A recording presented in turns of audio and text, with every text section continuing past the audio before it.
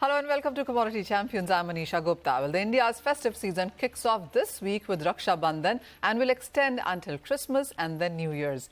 It will cover a wide range of festivals including Dussehra, Diwali, and one sector which is sure to gain from this festive buzz is the jewellery sector, which contributes to around 7% of the country's GDP. To discuss what we can expect from the jewellery sector during the second half of this year, I am now joined by Vipul Shah, who's Chairman, Gems and Jewellery Export Promotion Council. The GJPC recently hosted the India International Jewellery Show. Mr. Shah, thank you so much for joining us. We have seen strong numbers come out for this one, but I want you to take a step back and tell us on how the first half of this year has been, which hasn't been great, by the way, and what are you looking forward to now for the rest of 2023? First of all, I would just say that we had started the year with pretty slow. I mean, overall the industry was down drastically and for obvious reasons. But now, since after this IIGS, which has recently concluded, we see a huge growth, huge demand coming into the gold segment, which is divided into two parts. One is the plain gold segment and the other is the studded. We saw a huge demand coming in the plain gold, and there was a lot of business and a lot of orders for Diwali took place in the IIGS show itself. And this was something unbelievable numbers and everything what we got to hear from the exhibitors. So currently, a lot of international buyers also had come, and almost like from 210 200 countries, different countries, and more than 2,100 international exhibitors were present. And since this SEPA and ACTA agreement with the UAE, so that is also helping a lot to push the gold sales as exports are concerned. As far as studded jewelry concerned, studded is little bit on the slower side. It's because US has been little slow as far as rising interest cost, and that was the main reason consumer is getting adjust to the new prices as such. But I personally feel that we are expecting Christmas should be good, and starting from now this up to the December, and we see good demand, and our exports should start picking up. All right, that is unexpected lines, isn't it? Because when people go out to start buying jewelry, gold is perhaps first on the list there. But as you said, the numbers have been huge in sense of IIGS, and we have seen nearly 70,000 crores of work being estimated done there. What's also your sense on export demand for the various categories that you just spoke about? I mean, recently what we had almost like the IIGS show, which we have almost more than 70,000 crore orders which has taken place. Then that itself is a huge number. And it's just that everybody was in a robust mood, and we feel that the business is going to look good coming forward for us. Moving on from jewelry and gold to pure diamonds now, and there have been reports that the prices of diamonds, whether it's raw, which is imported into India, and the prices of finished diamond, which is used in jewelry, also have seen a bit of a decline right now. And this is even as we've seen Russian diamonds continue to absolutely be absent from the market. How is industry dealing with this? We do understand that there has been a bit of a slowdown in Surat as well. So what is the availability of diamonds right now, and what's your sense on prices going forward? Yeah, Manisha, I would just like to say, see, it's all proper. Main thing is on demand and supply. And whenever there is imbalance in demand and supply, there is a huge prices play a big role. So currently, even though the supply from Russia has been restricted, and in spite of that, the demand had dropped severely. And we could see that also from our export numbers also.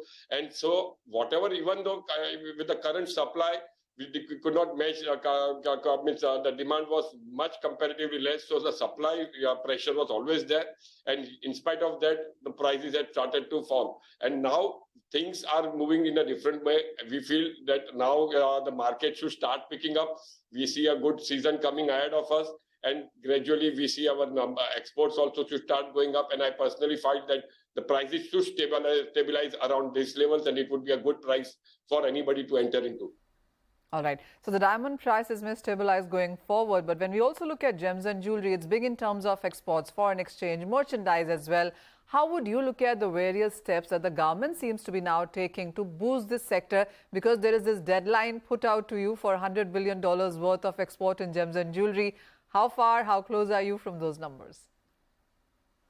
The government has played a really very good important role. If you see the new segment, lab-grown diamonds, they have started promoting the lab-grown diamonds. You can see that the reason behind it is that it is having the similar cutting and polishing all procedures of what exactly is done in natural diamonds.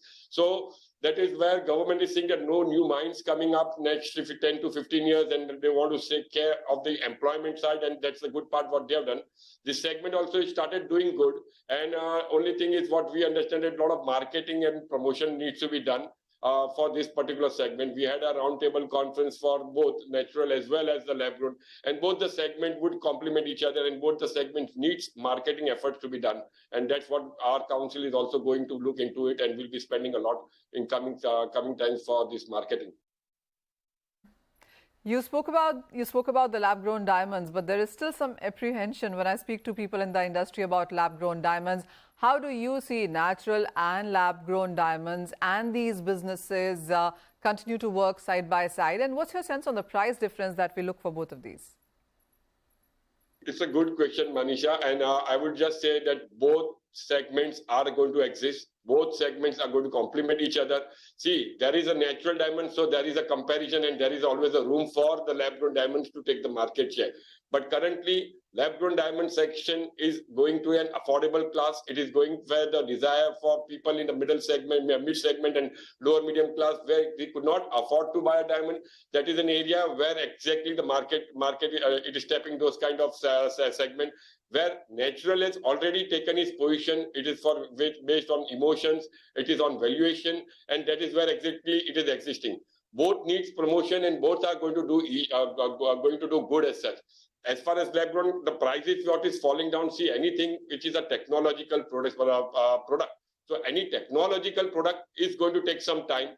It will, as an average, you see new technology coming in, you will see again the prices going down. It's something like Apple phone. When you come with the Apple 14, 15 new number, you won't say anything about Apple 10 or 4. Means people tend to see the new things. So as similarly in lab-grown diamonds also, as and everything, the new capability of the technology and production which is coming up, it is going to bring down the prices. But I personally feel that it should stabilize from here.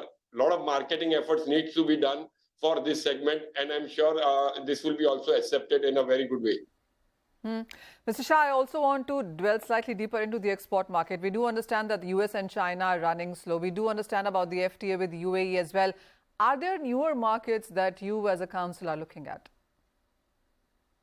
We are now currently, since as GJPC, currently we are closely working with all the markets, which is because US, we are seeing a slowdown in US, we are seeing slowdown in China, and two major consumer markets. So we are focusing into new markets. We are looking into ASEAN area, where we are seeing countries like Vietnam, Cambodia. We had a good road shows there. We saw people coming from all the international customers coming from these countries, which was never penetrated. And we see that markets in Southeast Asia countries, they are having a huge potential. That economy is also good.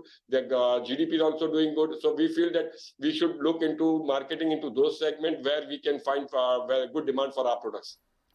All right, so there's a festival season coming up, and plus the GJPC is looking at finding more newer export markets as well. But you know, this is also the time that you start talking to the government, start involving more strongly with them, and the budget conversations start way before the budget actually comes in. What are you looking at? What are the representations, and how do you see the boost for the sector now coming? We are looking for a favorable budgets, which is now going to be starting pre-budget session, where we have our industry demands, which has already been placed in front of the government, and I'm hopeful that it would be considered. As far as taxes are concerned, that we have asked for relaxation. We'll be asking for relaxation on taxes, the high duties on gold, which is also which we have been always campaigning with the government, that the duties such as it needs to be brought down to be very competitive in the export field as such. So all these ongoing demands from the industry, and we'll be closely working with the government, and I'm hopeful that government will be looking into our demands. Oh, we look forward to that too. Mr. Shah, thank you so much for joining us here at CNBC TV 18. And with that, it's time to take a short break. But don't go anywhere. We continue the discussion on jewelry with Asher Rowe of Malabar Gold and Diamonds when we return.